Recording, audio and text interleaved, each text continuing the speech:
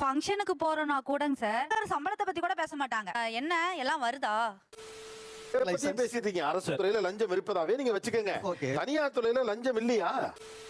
ஒரு ப்ராடக்ட் உங்களால 125 ரூபாய்க்கு மார்க்கெட்ல கொடுக்க முடியும். ஆர்டர் வாங்குறதுக்கு லஞ்சம், பிரைவேட் பீப்புளுக்கு லஞ்சம். லஞ்சம் கொடுத்தா 125 ரூபாய்க்கு நீங்க கொடுக்க வேண்டிய பொருளை 150 ரூபாய்க்கு கொடுக்க போறீங்க. இது பப்ளிக்கை பாதிக்காதா சார்? இன்றைய நீயானா அரசாங்கத்தில் வேலை பார்ப்பவர்கள் வெர்சஸ் தனியார் நிறுவனங்களில் வேலை பார்ப்பவர்கள். நமக்கு வேலைக்கும் கல்யாணத்துக்கு எப்போதும் ஒரு தொடர்பு உண்டு. என்ன வேலை பார்க்கறாங்கன்னு பார்த்து தான் நம்ம பெரும்பாலும் பொண்ணு கொடுக்குறாங்க. எப்படி சார் இவ்வளவு கரெக்டா சொல்றீங்க? எப்படி? அது பார்த்தாலே தெரியுது சார். உங்களுக்கு கல்யாணம் பேச ஆரம்பிச்சப்ப எப்படி அது செட் ஆகி மேரேஜ்ல முடிஞ்சு? சொல்றேன், மக்களுக்காக சொல்றேன். இந்த லவ் மேரேஜ் சார். லவ் பண்ணும்போது அவங்க ஒத்துக்கல, இந்த மாதிரி கவர்மெண்ட் ஜாப் இல்ல, ஜாபே இல்ல, பண்ண கவர்மெண்ட் ஜாப்.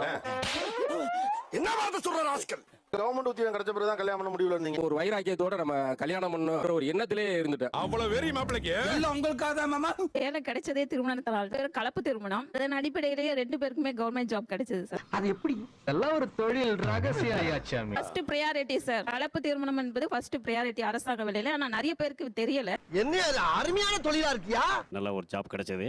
அப்பவும் கல்யாணம் பண்ண சொன்னாங்க. என்னுடைய எய்ம் அரசாங்க உத்தியோகம் இல்லாம கல்யாணம் பண்ண போறது கிடையாது. பிக்கப்படாதா? என்ன சார் அது அநியாயமா இருக்கு? எங்க அத்தை பொண்ணு எல்லாம் இருக்காங்க. அவங்க எல்லாம் டெய்லி எங்க அப்பாட்ட நச்சரிச்சுட்டு போயிட்டே இருந்தாங்க. நச்சரிச்சுட்டு போவாங்க. இதெல்லாம் நம்புற மாதிரி அங்க இருக்குது. அரசாங்க வேலை வந்தால் தான் திருமணம்னு உறுதியா? எங்க ஊர்ல படிச்சவங்க நிறைய பேர் நிறைய வேலையில இருக்காங்க. எனக்கு பொறாமையா இருக்கும். பொறாம லைட்டா வேலை வந்துச்சுங்க. அப்பாயின்மெண்ட் ஆர்டர் வந்தப்ப அதை பார்த்தப்ப எப்படி இருந்துச்சு? ஐயோ, இந்த உலகத்திலே நம்ம ஜெயிச்சிட்டோம்னு நினைச்சேன் சார். போஸ்ட்மேன் உங்களுக்கு தபால் வந்திருக்கு, கழனி கட்டணும் வந்துட்டார். எங்க நான் ஆர்ப்பாட்டம் அங்க கட்டணும் வந்துட்டார். கவர்மெண்ட் வேலை கிடைச்சிருக்கு. என்னது கவர்மெண்ட் வேலை கிடைச்சிருக்கா? கையெழுத்து போட்டு வாங்கி பார்த்தா அது எனக்கு டெல்லி பார்லிமெண்ட்ல வேலை கிடைச்சிருக்கு. பார்லிமெண்ட்ல எனக்கா? உனக்கு தான். ஐயோ ஐயோ, நான் என்ன செய்வேன்? போய் எவ்வளவு நாள்ல ஹிந்தி கத்துக்கிட்டீங்க? 90 days சார். ஹிந்தியே தெரியாம போன ஒரு ஆள் 90 days அங்க கத்துக்கிட்டார். அவ்வளவுதான். இதுக்கு போய் ஃபீல் பண்ணிக்கிட்டு இப்படி. உங்க கல்யாண பேச்சப்ப உங்கள் வேலை பற்றி என்ன சொன்னார்கள் உங்க மாமனாரோ மாமியாரோ? இதே வேலையாத்தான் அலைகிறானா? மனைவியை நான் சந்திச்சது, கல்யாணம் பண்ணது எல்லாமே என் வேலை இடத்துல தான். என்ன மிரட்டினா காலைல போய் கல்யாணம் பண்ணி திரும்ப வேலைக்கு போயிட்டோம். ஆனா இது புதுசா இருக்குண்ணே. புதுசா இருக்கு. ஐடில ஒர்க் பண்றாரு மாப்பிள்ள அப்படின்னு ஒண்ணு மாமனாரோ மாமியாரோ எதுவுமே கேட்கல சார். இந்த மாதிரி பையன் நம்ம வீட்டுக்கு மாப்பிளைய வந்தா நல்லா இருக்கும்ன்றீங்க. சோ ஐடில இருக்காரா, ஓகே நல்லா சம்பாதிப்பாரு அப்படிங்கறதுதான் அவங்களோட மைண்ட் செட்ல இருந்தது. அப்படியே உசுப்பேத்தி உடம்ப ரணகலம் ஆக்கிட்டாங்கடா. எந்த இயர்ல கல்யாணம் நடந்துச்சு? எனக்கு 2012ல சார். அந்த டேத்துல அப்படிதான். நக்கல்யா அவனுக்கு. Work from home sir. Work from home. நாங்க 2.5 years-ஆவே வீட்ல தான் சார் இருக்கோம். வேலையே செய்யாம தின்னுட்டு தெரிஞ்சுக்கிட்டு இருக்கறேன். அப்படி பச்சையா சொல்ல முடியாது. உங்களுக்கு அந்த ஃபெசிலிட்டி இதுக்கு அப்புறம் வரதுக்கு சான்ஸே கிடையாது. இது கண்டினியூ ஆகும். பெர்மனன்ட் வர்க் ஃப்ரம் ஹோம் வரப்போகுது. நான் ராஜாதி ராஜனடா. ஆக்சுவலி என்னன்னா வர்க் ஃப்ரம் ஹோம் பீப்பிளோட க்ளோஸா மூவ் பண்ற செக்டார்ல கண்டிப்பா கொண்டு வர முடியாது. என்ன பயமுறுத்துற? பயப்பட வேண்டிய அவசியம் இல்ல, ஒரு பரிகாரம் இருக்கு. இதுதான் சார் சொல்றேன். அந்த ஃபெசிலிட்டி உங்களுக்கு இல்ல, எங்களுக்கு கிடைச்சிருக்கு. என்னோட வீட்லயும் ஐடி ஃபீல்ட்ல வர்க் பண்றவங்க எல்லாம் இருக்காங்க. டேய், இதற்கு என்ன சொல்ற நீ? காரணமா தான் என்ன? அவரோட வர்க்கிங் ஹவர்ஸ் என்ன ஆயிடுச்சுன்னா அந்த 8 hours வர்க்கிங் ஹவர்ஸ் தாண்டி 13-14 hours அவங்க வர்க் பண்றாங்க. இது டூ மச். இது டூ மச். பாக்குறப்ப எனக்கு பாவமா தான் இருக்கு. இதுக்கு ஆபீஸே நீங்க போயிட்டு வந்திருக்கலாமே அப்படிங்கிற மாதிரி தான். சவுண்ட் வரலையே சார். எல்லாரும் என்ன ஏமாத்துறாங்க. ஒர்க்குக்கு போகும்போது இவங்க எல்லாம் வீட்ல நல்லா படுத்து தூங்கி எந்திரிச்சு அவ்வளவு கொரோனா டைம்ல ஒரு நாள் கூட லீவ் போடவே இல்ல. என்ன மனுஷன்? கரண்ட் கட் ஆகி போயிடுச்சுன்னா உடனே கரண்ட் கொடுக்கணுங்கிறது ஆர்டர். அதனால கம்பல்சரி எல்லாருமே போய் ஒர்க் பண்ணோம். நெஞ்சமெல்லாம் பொண்ணா இருக்கு தம்பி, மறக்க முடியல. அந்த சமயத்துல மத்தவங்க எல்லாம் ஜாலியா லேப்டாப் முன்னாடி உட்காந்துக்கிட்டு இதெல்லாம் பண்ணி பார்க்கும்போது ரொம்ப பொறாமையா இருந்துச்சு. எங்க கிட்ட பென்ஷன் இருக்கு சார். நாங்க அதாவது உங்களை பார்த்தே இங்க இருக்கவங்க எல்லாம் பொறாமப்படுற அளவுல நீங்க இருக்கீங்க. இவ்வளவு பணமா? என்ன சம்பாத்தியம்? இங்க எவ்வளவு பேருக்கு பென்ஷன் உண்டு? ஓகே, அவ்வளவுதான். கொஞ்சம் வயசானவங்களுக்கு எல்லாம் பென்ஷன் உண்டா இருக்கு. Definitely. What nonsense you are talking? இங்க இதுல ஸ்டாஃப் சப்போஸ் இறந்துட்டாங்க அப்படின்னா தகுதியான ஒரு ஊழியருக்கு கவர்மெண்ட் வேலை கிடைக்கும் சார். இத சொல்றதுக்காயா எவ்வளவு காலம் படாத பாடுபட்ட? 1 yearல டபுள் ப்ரமோஷன் கூட வாங்கலாம். இதே கவர்மெண்ட்ல வாங்க முடியாது சார். ஒர்க் நல்லா இருந்தா டபுள் ப்ரமோஷன் கூட வாங்கலாம். கொடுப்பேன். தூக்கமாப்ல காட்டு. தள்ளி நின்னுக்கோ. வாங்கிக்க. இந்த பதவி உயர்வு நிரந்தரமா அவங்களுக்கு இருக்கும். அவங்களுக்கு பணி உயர்வு நிரந்தரமா இருக்காது. நான் ப்ரோ ஒரு அளவுக்கு தான் ப்ரோ எல்லாமே. சும்மாலாம் நோண்ட கூடாது ப்ரோ. 35 வயசுக்கு போக என்ன வயசு உங்களுக்கு? 39. ஒரு 45 yearsல ஒரு பயம் வரும் பாருங்க. இவ்வளவு விஷயத்தை சொல்றீங்களே, யாருன்னு நீங்க? உன்ன மாதிரி நான் ஒரு திருடன் தான். உங்களை வேலையை விட்டு தூக்குனா ஏன்னா உங்க சம்பளத்துக்கு ஒருத்த வேலையும் கொடுக்க மாட்டான். உங்களால அது கீழே இருக்க சம்பளத்துக்கு வேலைக்கும் போக முடியாது. அட கன்றாவிய, எப்படி இந்த மனுஷன் எப்படி ஆயிட்டா இருக்கும்? ஃபுல் தகுதியா இருக்கு சார். வேலையை விட்டு தூக்க முடியுமா? உங்களை தூக்க முடியாது. தூக்கவே முடியாது. எதுவுமே பண்ண முடியாது. தூபந்திரகாளி ஒண்ணு செய்ய முடியாத. லேசா ஒரு பையன் இருக்கா இல்லையா? இருக்கு சார். லைட்டா ஒரு parallel plan B இருக்கா இல்லையா? இருக்கு சார். பயம் அத கொடுத்தது யாரு? நாங்க.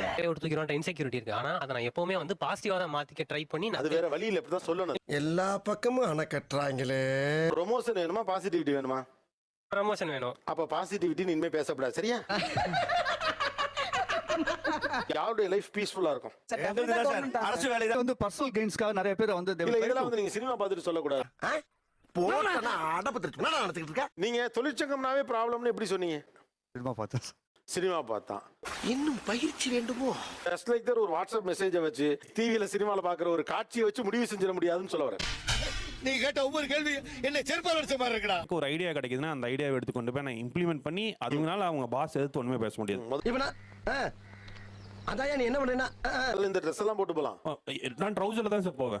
ஆஃபீஸ்க்கு வரலன்னு ஒருத்தன் வாய்ஸ் நோட் அனுப்பிச்சிருக்கான். வேணும். எதுக்கு? என் பர்சனல் மேட்டர். இதையோ அல்லது இவ்வளவு பேர் வேலை செய்யாம சம்பளம் வாங்குறானோ அல்லது இவ்வளவு பேர் லஞ்சம் வாங்கிட்டு இருக்காங்கன்னோ. நீ ரொம்ப ஓவரா போயிட்டு இருக்க. ரொம்ப ஓவரா போயிட்டு இருக்க. என் பொறுமைக்கு ஒரு அளவு இருக்கு. பொதுவா எல்லாருமே லஞ்சம் வாங்குறாங்கறத வந்து நீங்க அரசு ஊழியர்கள் சொல்றது நான் ஏற்புடையதல்ல. தவறுங்க. என்ன அர்த்தம்? அதை வாங்குறத தடுக்கிறதுக்கும் ஒரு விஜிலன்ஸ் டிபார்ட்மெண்ட் இருக்கு, லஞ்ச ஒழிப்புத்துறை இதெல்லாம் இருக்கு. பிரைவேட்ல என்ன இருக்கு? மாட்டினாடா மானஸ்த. பிரைவேட்ல வந்து முதல்ல லஞ்சம் கொடுப்பதற்கான ஸ்கோப்பு எந்த அளவுக்கு இருக்கு அப்படின்னு தெரியல. பேசிட்டு இருக்கீங்க. அரசு துறையில லஞ்சம் இருப்பதாவே நீங்க வச்சுக்கோங்க. தனியார் துறையில லஞ்சம் இல்லையா? அந்த குடுமையே வாயால எப்படி சொல்லுவேன்? ஒரு ப்ராடக்ட் உங்களால 125 ரூபாய்க்கு மார்க்கெட்ல கொடுக்க முடியும்.